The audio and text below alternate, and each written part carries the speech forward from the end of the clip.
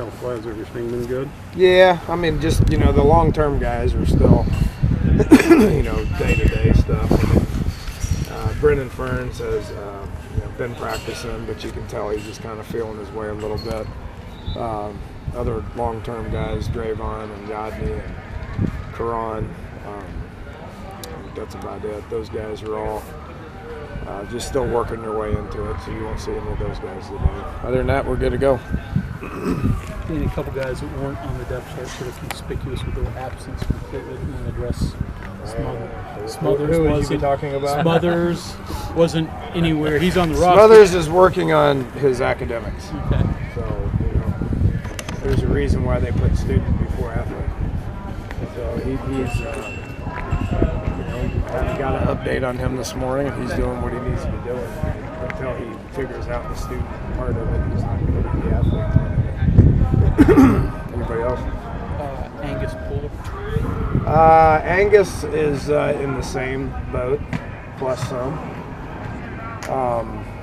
Pooler's, he's out there doing something. He's probably doing some rolls or some bear crawls or something that's going to make him hurt on the inside. So we'll leave that down. What three things do you feel you have to accomplish for this to be a spring to be successful? What would you like to look out of with? I could probably give you 3 on each position. I could probably give you 3 on each player. Let's face it, I know. I could give you 3 on offense, 3 on defense, 3 on special teams. We're so early in the process right now. I don't even know where to begin, honestly. I think we had a really good strength and conditioning 8 weeks. The 2 months that those guys focused on that, I was very pleased where they're at. We're kind of finding our way football-wise right now, so I have no idea what the identity of this team is. I've got no idea what we're going to be able to do well. It's just so early in spring and in the process of who this team's going to be, which is what's fun about. It sounds like your mind's open anyway. We are open at every position. We are open at every battle. We're figuring out what our schemes are going to be. We're doing some different things special teams wise. We're doing some different things offensively. Probably the more consistent phase of what this team is right now is what we do defense. On defense. I mean, that's probably the most continuity wise. I mean, Gibby's going into year 4 now, year 5, whatever, and kind of got our niche defensively, like where we're at with what we do. But are we going to have corners that can cover and be able to blitz as much as we've wanted to in the past? We're getting a pretty good free safety, one of the best free safeties in the country coming back. I mean, you're going to want to be able to see what he can do as far as covering different things. It's just so new. I don't know where we're at, which is what's fun about it. You get out and you practice hard, and you see what you're made of and what you do well, and kind of build your team around that. Does Drayvon get to do anything this spring? He's probably a little bit more behind than obviously Ferns was, because Ferns is practicing. We just tested his knee, and he's progressing. He's not quite ready, but I feel like we'll get him for a couple of weeks. Drayvon's he's a little slower, maybe on purpose, because we need him to go against Virginia Tech. If anybody, he's proven that he can be a difference maker. As many snaps as he's played in his first 2 years. It's early, but a snapshot of your senior core. How do you feel about that? Gary Jennings looks great. He looks great. David Sills looks really good. I mean, he's came in and it was a hobby for him. Now it's not a hobby; it's a full-time job. So he looks really comfortable. Battles on the outside: Marcus Sims, Javon, Ricky Rogers, Dominic Payton. Those guys are competing right now. Missing Karan right there. Saw Shelton in the office today. He got back. I was trying to convince him to rewind a couple of months ago, but just battles on the outside. But both David and Gary on the inside look spectacular. What'd you like them inside? Because you could have kept them outside. Could have. Yeah. What'd you see out of them? Toughness. Got really good body control. They're tough. Those inside guys got to be able to, they got to be able to cover up linebackers. They got to be able to cover up guys like strong safeties like Kaiser White, and block those guys. One thing that Javon struggled with a little bit playing on the inside is the fact that he's 170. So I like those thicker guys, that can really hold their own and be tough and get hit over the middle and bounce up or bounce off that type of stuff and get us first downs like Tequil did so well for a couple of years. With Will, how frustrating is it not to have a definitive answer on whether he can go? How are you working?